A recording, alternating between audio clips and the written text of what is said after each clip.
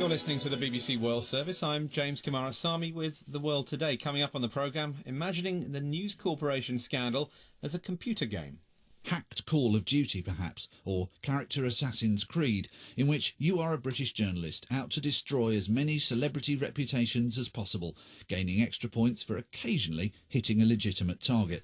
That's coming up a bit later, but with me throughout this hour, two journalists whose reputations I'm sure will only be enhancing over the course of the programme. Nabila Ramdani is a Paris-born journalist of Algerian descent. She specialises in European affairs, the Middle East, a whole lot of other things. Welcome to the programme. Welcome back to the programme, I should say. And Abbas Nazir, London-based journalist, born in Pakistan, the former editor of Dawn, arguably Pakistan's most influential English-language newspaper. You also, Abbas, used to be head of the BBC's Urdu service, so how does it feel being back in Bush House? It's wonderful being back. I mean, this place has always been like a second home, and it's like a homecoming. Very quiet this time of the morning, on a Sunday particularly, but I can already feel the energy flowing through the building. Indeed, plenty of energy. Nabila, lots of topics to discuss with you.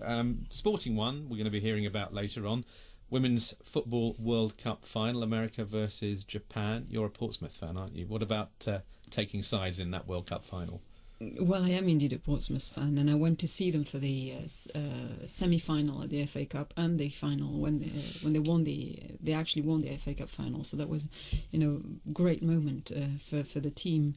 And I'm particularly following the game between Japan and America, and I'd have to say I have a soft spot for Japan, which I will be particularly supportive. And that's partly because of what the country's been through. Oh, absolutely. I think for the Japanese team, it's much more. The victory at the World Cup would mean a lot more. Yeah. Okay. We'll be hearing from. I think we're going to be hearing from one of the members of the American team a bit later on in the programme. But let's turn to the story that's really been dominating the headlines here in Britain, certainly, but in other countries as well for many days, because the news of the world may be gone, but the remaining British Sunday newspapers have plenty of headlines about the phone hacking scandal which resulted in the closure of that best-selling tabloid, and of course about the crisis that at the empire, the media empire of Rupert Murdoch. New body blows for Murdoch. No phone hacking, no law breaking, just good, honest journalism. With the last Murdoch to leave the country, please turn out the lights. Has the old boy finally lost the plot? Murdoch's in family fallout over crisis. Sharks circling News Corps as Murdoch's fight to stay afloat. Scotland Yard's finest called to account over culture of collusion with the press. Some of the headlines there. Well, after Saturday's full-page apology from Mr Murdoch himself, the papers now contain a second set of adverts from News International entitled Putting Right What's Gone Wrong. For a business that prides itself on holding the powerful to account, we failed when it came to one of our papers. Apologising for our mistakes and fixing them are only the first steps. It may take some time for us to rebuild trust and confidence, but we are determined to live up to the expectations of our readers, colleagues and partners. We will not stop until these matters are resolved. Well, tough times for Rupert Murdoch and his empire, but what might be going through his mind at the moment? Let's speak now to William Shawcroft, who's written a biography about Rupert Murdoch. He's met Rupert Murdoch and his family members many times. William Shawcroft, these are clearly very tough times for him. Look at the papers, plenty of criticism. What's your sense of how he might be experiencing this? Well, you're right. It must be very tough indeed. He's an 80-year-old man. He's spent the last 60 years building this extraordinary empire, News Corps, which started with him, starting with his first paper, which his father had left him in Adelaide, Australia, and then leapfrogging from Australia to Britain to the United States and back and forth. And the story of News Corps is the story of his life, really. And his particular voyage and his creation of this amazing press and publishing and television company. And has that voyage ever had a more turbulent time? No. He's had other crises in 1990, the early 1990s, when he started BSkyB here. The company almost went under because of the massive investment that was required to get it off the ground. But now it's a very, very successful company itself, BSkyB. It has 10 million subscribers in Britain. It's a huge success. Yeah, and it's his son James, of course, who plays a key role in that. And some of the papers this morning, from different sides of the political spectrum, suggesting that perhaps he might be the next figure in the Murdoch empire who might have to go. Well, clearly the attention is now on him because Murdoch had to sacrifice two of his closest colleagues, Rebecca Brooks, who had been the former editor of the News of the World, and Les Hinton, who'd been with him for 50 years. That was probably the most painful of all. Hinton had worked as a 15-year-old boy on the Adelaide News when Murdoch was just starting to run it in the 1950s, and had been with him ever since. So Murdoch is very much more alone now at the top of News Corp, and it must be a very, very difficult place for him to be, because there's a sort of Shakespearean element to this in a way. It's like of a extraordinary man brought low. Well, alone, except that he still has his mother, doesn't he?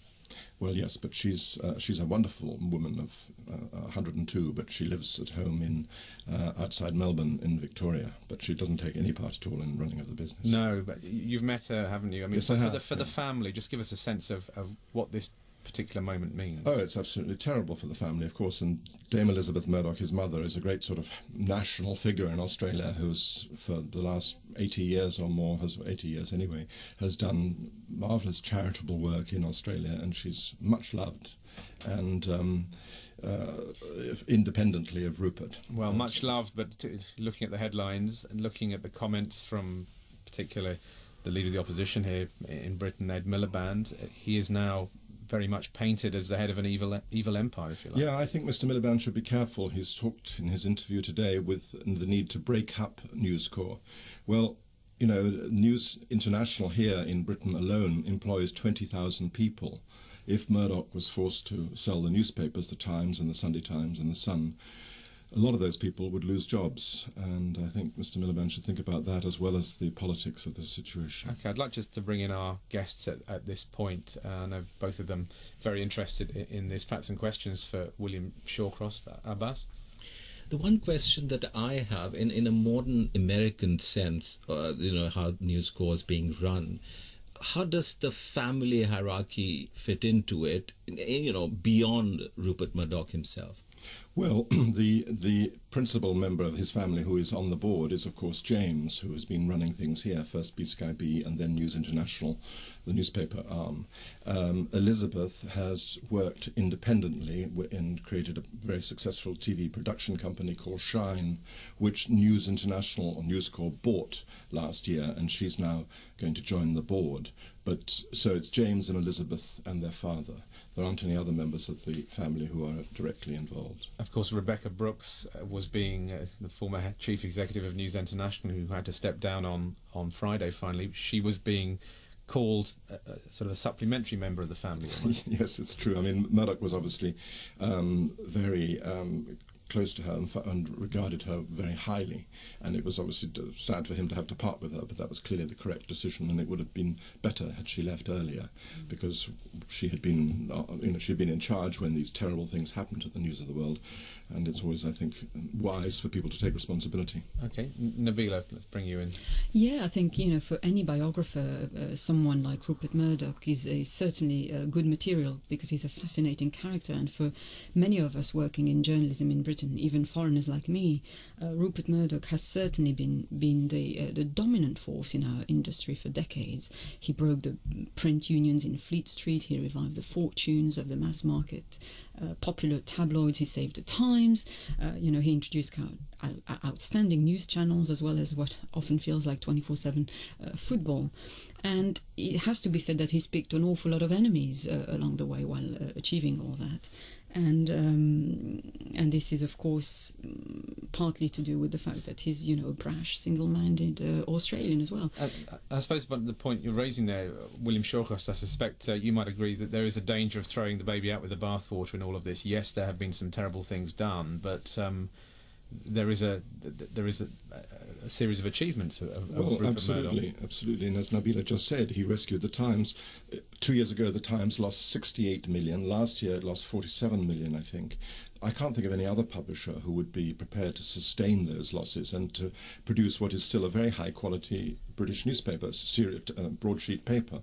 And tragedy will be is if he has to sell these papers, the Times will either go under completely and all those jobs lost and the freedom of the press, that the pluralism of the press thus diminished, or it'll be bought by some Russian oligarch or something who has no interest in really British pluralism at all. And just briefly looking forward to the Select Committee hearing on Tuesday, Rupert Murdoch himself with his son and with Rebecca Brooks. How do you see that going? It's going to be an ordeal for all of them, clearly. I mean, it's going to be watched throughout the world, and Murdoch has never had to sort of face such an interrogation before. So it's going to be a very, very hard thing to do. I mean, the problem for News International and News Corps now is that is the first hurdle, and then, of course, there's the police investigation, which in a way is the most important, to find out what crimes are suspected of having been committed, and that will lead to more arrests. And then there's the public inquiry headed by Lord Justice Leveson. So this is going to go on and on and on. And can he survive this? Well, I'm sure he's trying to work out how he can do so. I mean, the News Corps is a very important global media company which he created, and it is, as I say, a sort of Shakespearean tragedy in a way that the man who created this great company, which has done many, many good things, which was, as you said yourself, one should remember and set them against the appalling abuses committed by the News of the World. It would be a terrible thing for employees all over the world, for media pluralism, and for the freedom of the press, if the whole thing, and for employment, that if it goes down.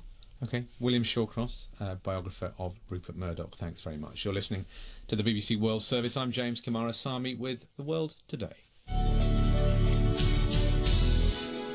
Coming up later on in the programme, 3 years before the World Cup finals take place in Brazil, there are already some losers. My house was knocked down and I'm sleeping in the streets because I can't afford to buy a new house with the money they gave me. We'll have more on that later on in the programme. But now the British writer J.G. Ballard, who died in 2009, is perhaps best known for some of his more lurid futuristic visions in novels such as Crash. Vaughan died yesterday in his last car crash. During our friendship, he had rehearsed his death in many crashes, but this was his only true accident. Driven on collision course towards the limousine of the film actress, his car jumped the rails of the London airport flyover and plunged through the roof of a bus filled with airline passengers. The crushed bodies of the package tourists, like a hemorrhage of the sun, still lay across the vinyl seats when I pushed my way through the police engineers an hour later. Holding the arm of her chauffeur, the film actress Elizabeth Taylor, with whom Vaughan had dreamed of dying for so many months, stood alone under the revolving ambulance lights. There's a bit of a contrast between that and the anonymous semi-detached house in Shepperton, near London's Heathrow Airport, where J.G. Ballard lived and wrote. That house, which became a place of pilgrimage for some of Ballard's disciples, has just gone on the market. Here's the estate agent's rather prosaic description. Spacious three-bedroom semi-detached house, situated just moments from Shepperton High Street and train station. This property is in need of refurbishment, however it offers great potential to be transformed into the perfect family home. Well, the writer Ian Sinclair is one of the pilgrims who went to J.G. Ballard's house. I went to his house in Hackney in East London. It's an area which features heavily in Ian Sinclair's work, to talk about the relationship between the artist and his immediate environment. Well, I've reached Ian Sinclair's house now. It's located in a pleasant row of two-storey dark brick houses between a main road and a quiet square here in Hackney. Opposite is a primary school. You can possibly hear the high-pitched hubbub of the children inside. In his garden, out at the front of his house, he has a number of plants as well as one small tree. There is a white archway entrance, a mixture of square and arched windows, and I'm about to do what Ian Sinclair didn't manage to do when he went to visit J.G. Ballard, to actually go inside the writer's house. Hi. Hello, how do you do? Good to see you. How are you? Good to see you. Jamie Kamarasamy. Yeah. Ian Sinclair, I guess I'm doing what you didn't actually do when you went to meet J.G. Ballard, sitting in your house. Tell us about when you went your own pilgrimage to Shepperton. I arrived outside his house in the twilight and was wondering if it was the right house when a character with a shaven head came stomping down the street and said, "Oh, a famous writer used to live there." he couldn't remember his name, and he'd never met him, but he knew that he was famous because he'd been on television. And I looked at the house, and it was a great period survival. It had the crittle windows, and there was a plant that was overwhelming the front room now in its fecundity, and the Ford car was sinking slightly on its wheels in the driveway. And the lawn was well kept, but it had as if the house itself had a real presence, and a sense of something missing because he wasn't there anymore. He was ill, and he'd moved into West London. And what role did the house play in his writing? I think the house was the great incubating force field of his writing. It suited him beautifully to move out in the 1960s, to escape, in a sense, from the city, which he never really liked. He didn't like the buildings, the classical buildings of London, and he much preferred this hinterland of retail parks and marinas and motorways and all of the things that fed his fiction.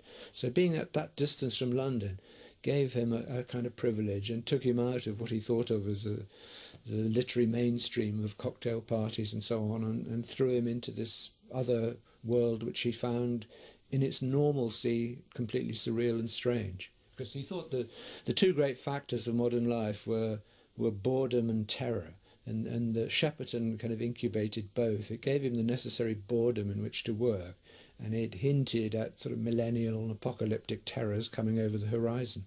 Well, here we sit in your house in the part of London which is obviously intrinsic to your writing.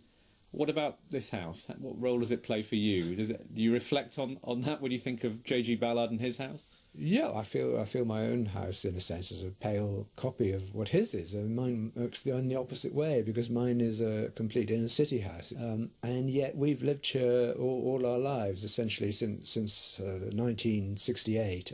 I've sat in the same house, so it's become, in the same way as the Ballard house, the ground of my own writing. I've never written anything anywhere else. I've never absorbed anything but the landscape around here. It wasn't something I set out to do, but somehow I felt my sense of London as being a labyrinth, as being an enclosed and intense area, is very different to the Ballard sense, which I look to with kind of great respect, sitting out on the edges of things and saying endlessly that he regarded London as a suburb of Heathrow rather than the other way around. He was much more interested in the airports and the reservoirs and all of that than he was in the life of the city, because the life of the city is people and collisions and all those things which he wasn't too keen on. The writer Ian Sinclair there on J.G. Ballard's house, which is up for sale. £320,000, I believe it's on the market for. It's about $500,000. Nabila, would you fancy that?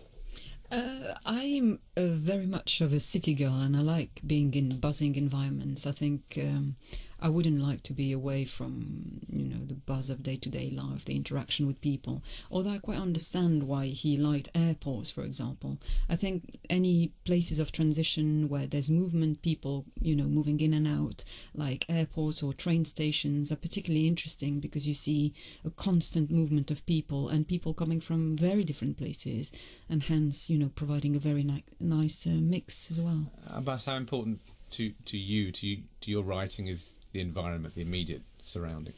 I think it's very important, but mind you, I mean, the area we're talking about right now is quite close to Heathrow, I understand, and it's one of the busiest airports in Europe, possibly in the world. I don't know how conducive that noise would be to writing, but of course, if perhaps you're doing science fiction and a lot of it is within your head, you can almost shut out the noise, outside noise. The sort of writing I do, sort of a bit more peace and quiet, perhaps, I find conducive. Well, for fact, as we deal with here at Bush House, what about these surroundings you've written here? Yes, I mean, these surroundings, interesting, but then, writing copy for broadcast is quite different from writing for print, as I've noticed, to my horror when I switched from broadcasting to print. I mean, people can wave a paragraph you wrote 5 years ago, while in broadcasting I can fluff now and forget about it 2 minutes later. Fluff now, forget about it. I'm sure there are plenty of would-be J.G. Ballards here at the BBC World Service, I'm sure. What about you, Nabila? When you write, how important is the environment?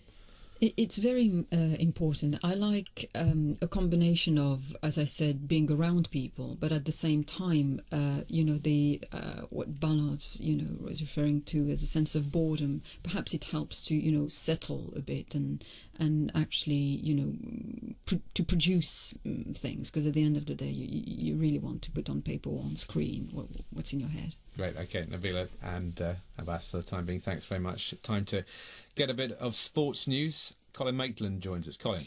Thank you very much, and I'm hoping I don't fluff now. We start at Royal St George's in England in the final day of the Open. Where else? The leaders tee off a bit later today, knowing that the weather is likely to be a significant factor for everyone once again. Darren Clarke begins one shot in the lead, and as the BBC's golf correspondent Ian Carter reports, he'd be the fans' favourite to win. Well, could this be the day that provides Darren Clarke with the crowning moment of his long career? He would prove the most popular Open winner in years. In his 20th championship and at the age of 42, the Ryder Cup veteran knows that a repeat of the ball striking that we've seen over the last 3 days will give him every chance. His putting has not been at its best, and that offers most hope to the chasing pack that has Dustin Johnson just one shot behind. Former US Open winner Lucas Glover, just 4 shots back, is the only major champion in the top 6, but Phil Mickelson and Martin Kaymer lurk 5 shots off Clarke's pace. Well, let's hear from the leader, Darren Clarke, who's, not surprisingly, enjoying the home support. I think most of the crowd, they identify with a guy who's maybe not quite an athlete like all the rest of them, somebody who's a normal guy that likes a pint like all the rest of them. So, it's fantastic to have that amount of support and people roaring and shouting for me. I've done nearly everything in the game of golf. I've been fortunate enough to play in quite a few Ryder Cups, to win World Golf Championship events, to win all the big tournaments around the world. But a major has so far eluded me. The forecast, I believe, is pretty strong wins again, which will suit me. But, a major's always tough to win. But, I've put myself in the position again where I can challenge, and I can't ask for anything more than that come Sunday. To cycling, in the Belgian rider Jelle Vanendert took the 168.5-kilometre mountainous trek from Saint-Gaudens to Plateau de Bay to claim victory in the 14th stage of the Tour de France. That was his maiden win. Sunday's 193-kilometre 15th stage is likely to end in a sprint finish. Here's the BBC's Simon Brotherton. After the gruelling and seemingly endless climbs of the Pyrenees, the cyclists return to more straightforward terrain, and there'll be plenty of tired legs glad of that. Among them, those of Mark Cavendish, who'll know that today could be one of only 2 chances between now and the end of the race to add to his 3 stage wins already in this year's Tour de France. That means that the sprinters' teams will drag their weary legs to the front and try to ensure the spectacle of a gallop to the line in Montpellier. And very quickly, football. Argentina were knocked out of the Copa America by Uruguay, beat them 1-1 after extra time, beat them in penalties. That's the sport. Thank you very much, Colin. A bit more football later on in the programme. You're listening to The World Today from the BBC World Service. BBC. North Korea is continuing to parade its military capability to the world. Hello, I'm John Sudworth from the BBC in Seoul, South Korea. I would guess that there will be very few of our listeners who don't own something that has been made here in Korea. Add to that picture a northern neighbour with nuclear ambitions. All of those things, of course, are going to impact not just the immediate neighbours, but the wider world. Whether you want breaking news, insight analysis or stories behind the headlines, the BBC's global network of correspondents ensures you get the complete picture from every angle. BBC News, Mexico City, Paris, Tokyo, Nairobi.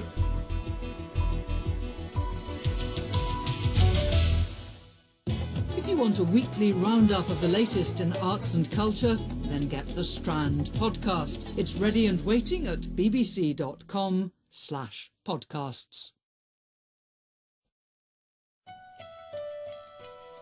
It's 8:30 GMT. This is The World Today from the BBC World Service.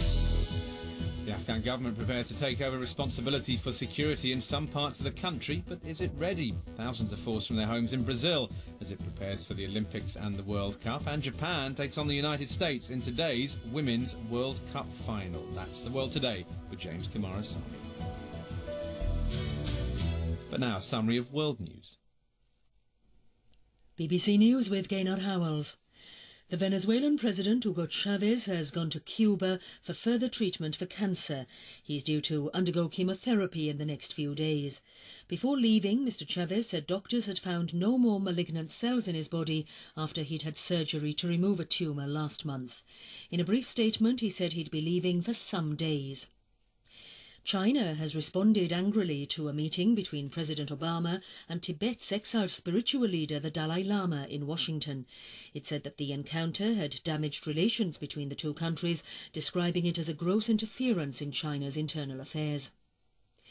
Iran says it's ready to cooperate with Argentina over the bombing of a Jewish community centre in the Argentine capital, Buenos Aires, in 1994.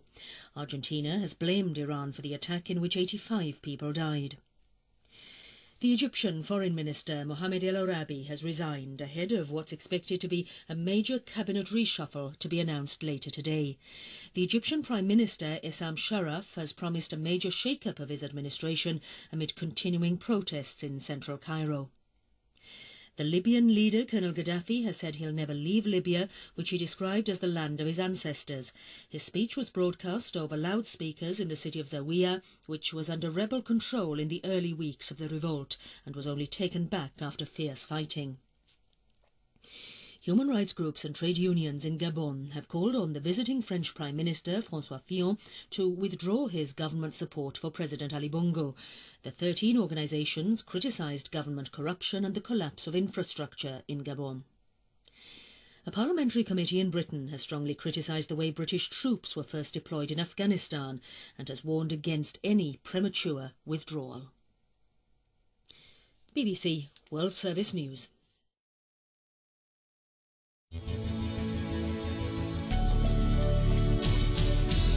You're listening to the BBC World Service. I'm James Kimarasamy with The World Today. Coming up later in the programme, we'll be looking ahead to today's Women's Football World Cup final between the United States and Japan. I'm excited. I think there definitely will be nerves, but, you know, I'm going to go out there and play for myself and play for my teammates, and that's all you can expect. More on that later on in the programme, but now it is a big week in Afghanistan as the national government begins taking over responsibility for security from NATO-led forces in some parts of the country. Among the first places where that's expected to happen, the province of Bamyan and Lashkargah, the capital of the southern Helmand province. It all comes as a British parliamentary committee warns against the premature withdrawal of British troops from the country. Well, Janan Mozazai is spokesperson for the Afghan Foreign Ministry. Is he confident that this transition will go smoothly? Well, it is certainly a big day for Afghanistan. Afghan security is an Afghan responsibility, and as President Karzai has made quite clear over the past several years, that burden has to be shouldered by us Afghans. We are grateful to the international community, to the United States, to Great Britain, and to all our allies for their sacrifices in blood and in treasure over the past 10 years. And we look forward to continuing our strategic ties with the international community, but Afghan security has been and will be in the long term an Afghan responsibility. And yes, the investments of the past 10 years, particularly the past 2.5 years, have prepared our national security forces to gradually take responsibility for all of Afghanistan's security, not only in the 7 provinces that are going to be handed over the next few days, but for the entire country as part of the 3-year transition process agreed between Afghanistan and the international community back in 2009. Indeed, you talk about that long-term responsibility, but in the short term, challenges are huge, and if anybody was in doubt about those challenges, clearly the killing of the president's half-brother just a week or so ago in Kandahar made those challenges extremely vivid. What are your greatest concerns for this process? Well, certainly, we have made this clear from the very beginning. The transition process is going to be faced with a number of challenges, both big and small. We must remember, Afghanistan is a country that's emerging, that's trying to emerge from 30 years of war and also, unfortunately, negative interferences from those beyond Afghanistan's borders. There are still forces that are trying to derail this transition process. There are forces that are trying to continue the pain and suffering of the people of Afghanistan. But what is important is the determination of the people of Afghanistan and of the Afghan government, and of course the support that we have from our international allies and friends to see this process to its successful conclusion. We will probably have more attacks, more suicide bombings, even more assassinations. But as we have made clear before, we are going to stay focused on the things that need to be done and see this to its successful conclusion. The Afghan Foreign Ministry spokesperson Janan Mozazai. Abbas, it matters in Afghanistan how smoothly this goes, but it matters in neighbouring Pakistan as well.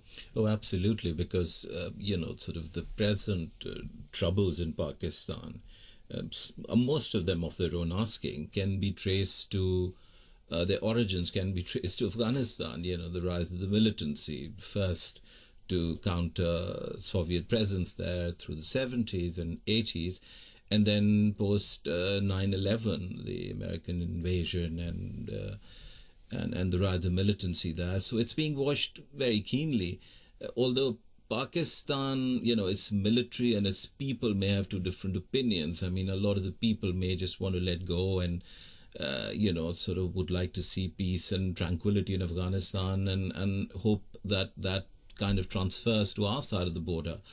On the other, the military is very keen and sees a great game being replayed in the region, and is very keen to retain influence in Kabul and who governs there, because they feel that the Indians, for example, whom they see as their main enemies on the eastern borders, gaining an influence in Afghanistan as well, and hence the complete mess there. Nabila, what about the influence of countries like Britain and the United States? As I mentioned in the introduction, British Parliamentary Committee been critical about some aspects of the British military intervention in Afghanistan and is warning against withdrawing troops too quickly. And if we look broader, beyond the region, perhaps this explains why it's been tougher to get action in Libya and particularly Syria that you've been following. Well, absolutely. I think one of the aspects that this highlights or brings to the fore is that, the Western media in particular has been selling the world the fact that, we were winning this war in Afghanistan just as we're winning the war in Libya.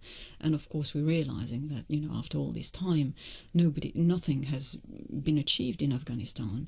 But I think Afghanistan will still remain very dependent on foreign aid, and in particular Western aid. But I think what the West has to look at Afghanistan by pouring all this money in is not to see it as a security threat, but try to deal or tackle the root causes of extremism through an attempt to alleviate the socio-economic problems that lead to extremism. But can they afford politically, financially to do that now, given where Western economies are and given how long the military has been in there and the frustration of the public? But that's all. Politics is always a matter of priority. If we had all that money to spend, engaging in wars abroad, I think it won't be too hard to find money to try and alleviate some of the very serious problems of corruption, lack of education, and indeed the lack of opportunities in general. Can I pick up on Nabila's point? And I think it's a point very well made, and it is very valid. I mean, a lot of Pakistanis point out to the fallout from what's happening in Afghanistan in Pakistan, and they point out to the fact that a lot of American talk about Pakistan is about how they're helping the Pakistanis. They've, in a 10-year period post 9/11, they've spent a grand total of $20 billion in Pakistan, from military to civilian projects, etc., whilst the troop bill for their presence in Afghanistan equals $35 billion or more. Now, for a country like Pakistan, which is 180 million strong, that sort of aid is neither here nor there. And it's a question of priorities, as Nabila says, because I think to pour billions after billions, Iraq was one example, into the war effort, is not really, it's just going into battle. I mean, you haven't really won the war till you have stability post your exit guaranteed. And I don't think the Americans, the West, or anybody would be even so foolish as to imagine that if they actually pull out as per their timetable, which we know of as we speak, that they'll leave a stable Afghanistan behind. Okay, well, thanks very much. Let's move on to another subject now, because there is great pride in Brazil that the country is hosting both the World Cup and the Olympic Games in the next 5 years. But despite its rapid economic growth, it does remain a very unequal society, and as thousands of shantytown homes are bulldozed to make way for new roads for those major sporting events, there's concern that the poorest Brazilians won't benefit. The BBC's Robin Lustig has been to Rio de Janeiro to find out how people there feel about the way their lives are changing. I'm out to the west of Rio, where the Olympic Village is going to be built, and they're building a new road here. Huge machines levelling the ground before the asphalt goes down. Thousands of people are being uprooted to make way for the new road.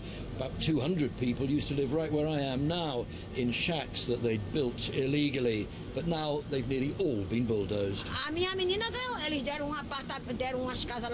This is Berenice Maria Daneri, and she is very angry. My house was knocked down. I was given 8,000 reais by the government, but it was worth much more. And I'm sleeping in the streets because I can't afford to buy a new house with the money they gave me. So what do you think of this new road that they're building? In my opinion, this road will be good for some, but not for others like me. I worked so hard for so many years to make my house nice and put tiles on the walls. And now, it's gone.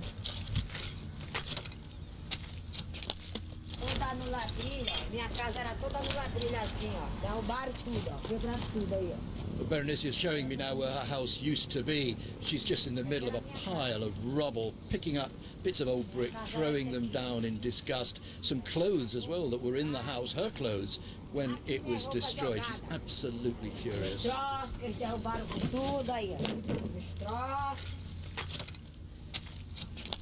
she's bringing me now to where she has found somewhere to shelter. We're walking across the rubble. In between the stones, there's just stagnant water covered in green algae, and inside, what's left of this house, well, she's got a bed, but there's water in here as well, and it reaches halfway up her legs. It's not a nice place to live.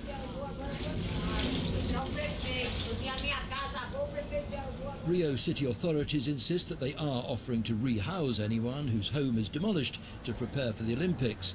But anti-poverty campaigners say the poor are being pushed out much further from the city. A left-wing city councillor, Eliomar Coelho, is pushing for a parliamentary inquiry into how the evictions have been planned. He says there have been clear human rights violations. Eu acho que está acontecendo uma ação criminosa. The criminal act by the local government under the false pretenses that they must do this as part of the preparation for the World Cup and the Olympics. Tanto Copa do Mundo como Olimpíadas. People talk about Brazil as a country that is progressing very rapidly economically. Is what's happening here the price of that progress? Está sendo, infelizmente, porque o que acontece é que notamos. Unfortunately, that's the price that we're having to pay for progress. You just need to compare to the situation in London, where they took the Olympics to an area that is being developed, and 50% of the flats there eventually from the Olympic Village will remain for people who need it. Here it's just the opposite. They'll sell for very high prices that people can't afford.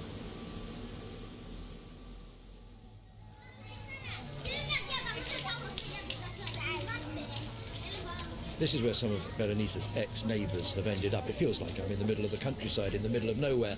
It's a new housing development built for people whose houses have been destroyed. This is where they've been sent by the government. Rows of neat little houses, each one just 2 stories high, children playing in the streets. I'm going to talk to one of the people who's moved here from much closer to the city. His name is Clayton Martins. Motivo que chegou até a gente é que ali ia ser parte dessas obras que estão sendo feitas, né? We had to move here because they are building a new road where we used to live. I would have preferred to stay there because everybody knew each other. Here is much less safe. People from dangerous favela have been moved here and there are robberies. We can't go out alone at night. So how does life here compare to life there? Lá tem lado bom e o lado ruim. There are good things and bad things. The houses are nicer here, but they're very far from everything. I work in a restaurant and it takes me a lot longer to travel there than it used to. If my mother gets ill, she won't be able to see a doctor at the nearest hospital because they can't cope with the number of new people. So, have the authorities got the balance right? Or are the poor paying the price for Brazil's remarkable emergence as a global power? Jorge Luis Borges Ferreira is an urban planner, and he says only a minority will enjoy the benefits of Brazil's growth and the sporting bonanzas to come. Of course, some of these projects that really brings good things for the city. We have more accessibility, we have more public transport. It's a big party and we love parties, but we are talking about maybe 20 or 30% of the population. We have 6 million people only in Rio, and most of them, they will not have conditions to enjoy all these good things that the parties will bring. And that was Robin Lustig reporting. You're listening to the BBC World Service. This is James Kamarasamy with The World Today. Coming up later in the programme, we'll have some comic musings on the story that keeps making the headlines. It has been compared to a Shakespearean tragedy, usually King Lear, to a Dickens plotline with its dozens of characters, immense complexity and skullduggery in the East End of London, to Harry Potter, for reasons I couldn't quite grasp, and Rupert Murdoch has often been compared to a James Bond villain. More on the phone hacking scandal. Very idiosyncratic take on it there from Steve Punt later on in the programme. But now the Women's World Cup final between the United States and Japan is taking place later today in Berlin. The Americans have already got 2 World Cup titles and 3 Olympic gold medals under their belts, but they're up against a Japanese team which is impressed with their quick passing and their slick combination play. Well, our reporter Aaron Armstrong is in the German capital. Aaron, pretty huge sense of excitement there?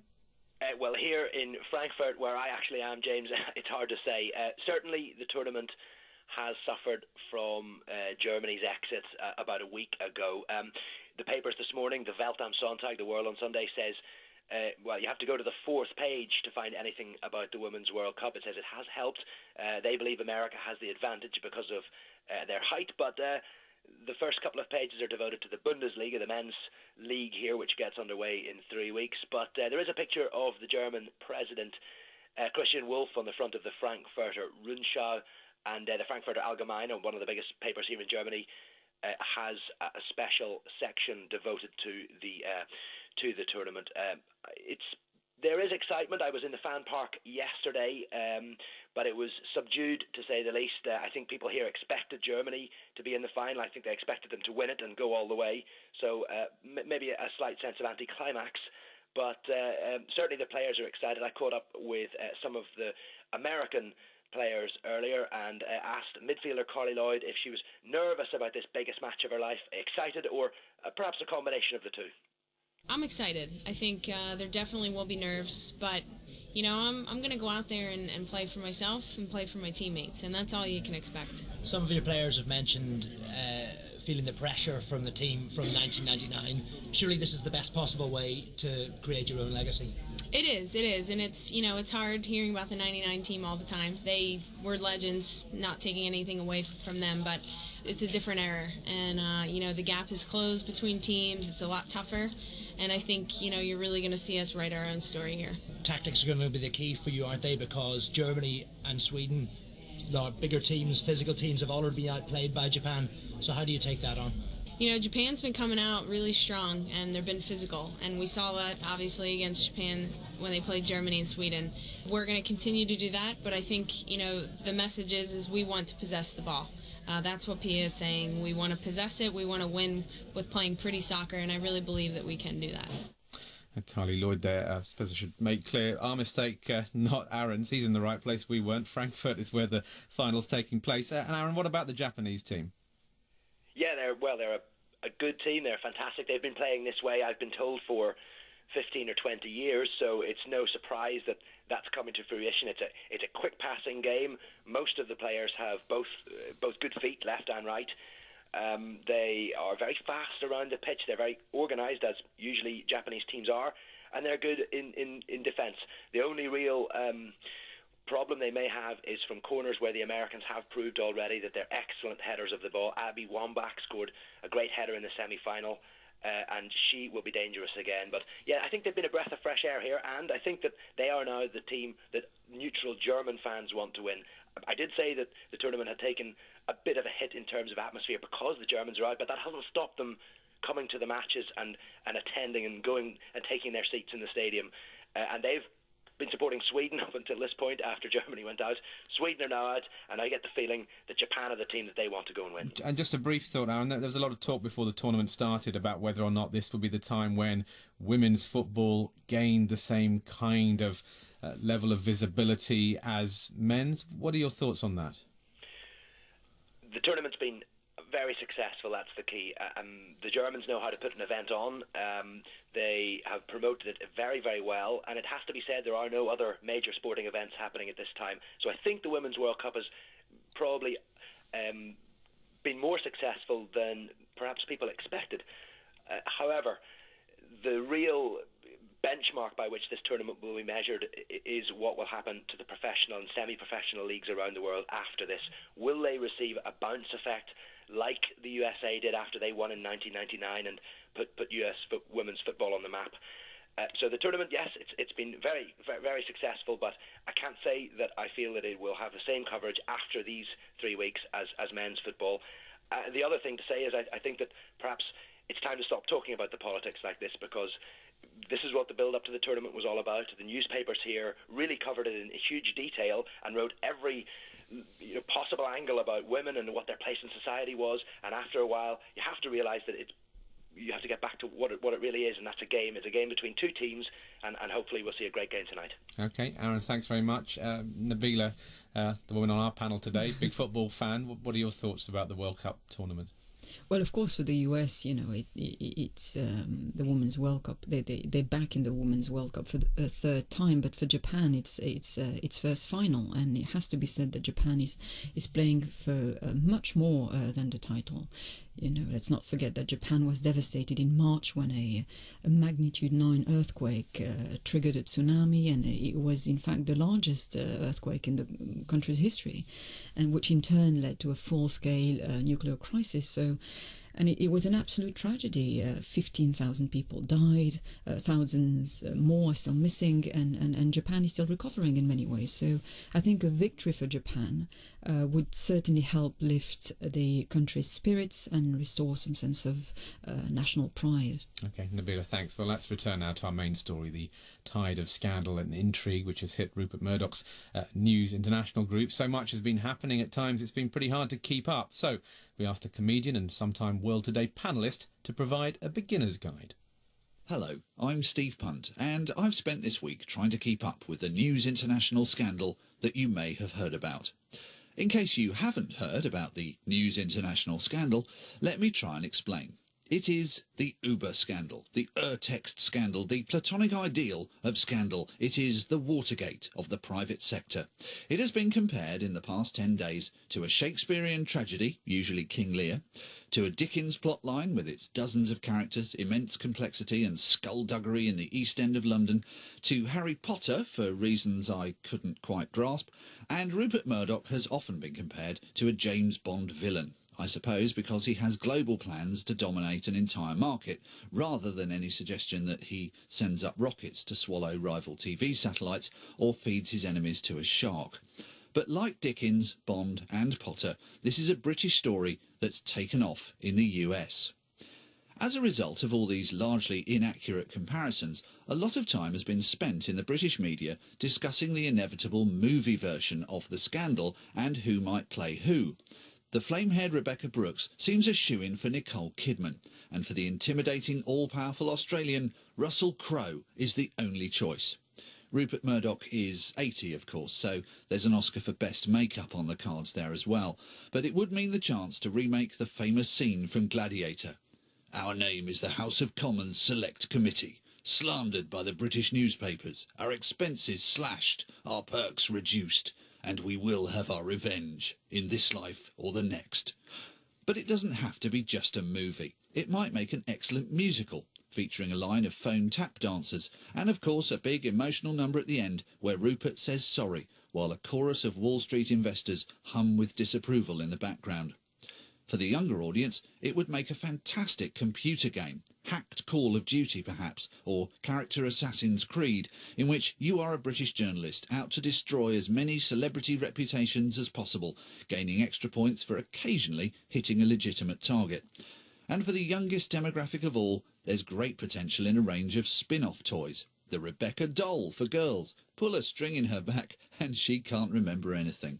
Or for boys, Last-Minute Action Man. He sits in New York for 2 years, watching things get worse and worse, and then attempts a daring rescue, just slightly too late. So, if you're still puzzled by the shenanigans of the scandal, don't worry. I have a feeling it's going to be around, in one form or another, for a while yet.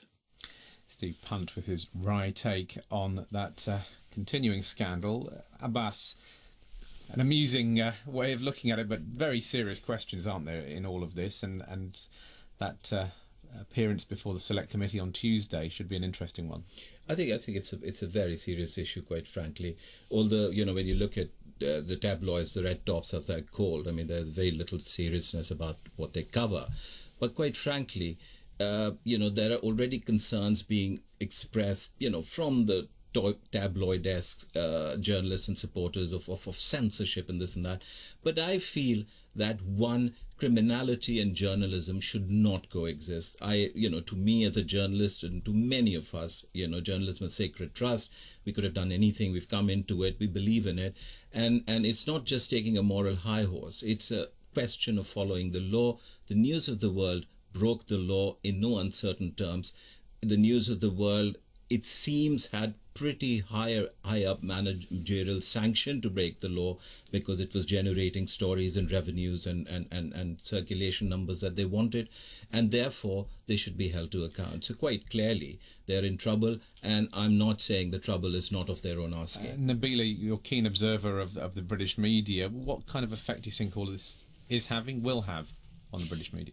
Well, for a start, I think I just would like to go back to what we heard from the Murdoch's biographer earlier, comparing his fate to a Shakespearean tragedy.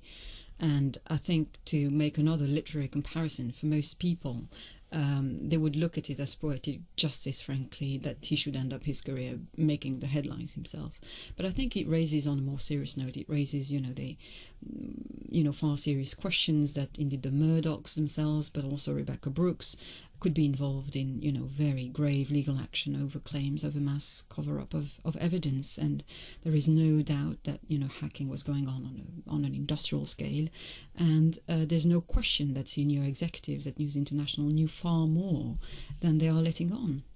So, yeah, Abbas, just to bring a sort of slightly lighter element to it. I mean, the News of the World and some of its journalism, the nasty things have appeared in press and adorned the headlines and will for weeks to come. But of course, there was a side to it which was sort of public service. And just following the whole debate on Twitter, I saw a man called Mazhar Majid. I don't know if you remember him, James. He was the one who was a match fixer who got the Pakistan cricket team into trouble. He was doing the equivalent of sticking pins in a puppet called Mazhar Mahmood, who used to be the fake sheikh. Okay, well, we have to leave it there, but lots of stories, and it will continue. Nabila Ramdani and Abbas Nazir, but thank you both very much for joining us on this edition of The World Today from the BBC World Service.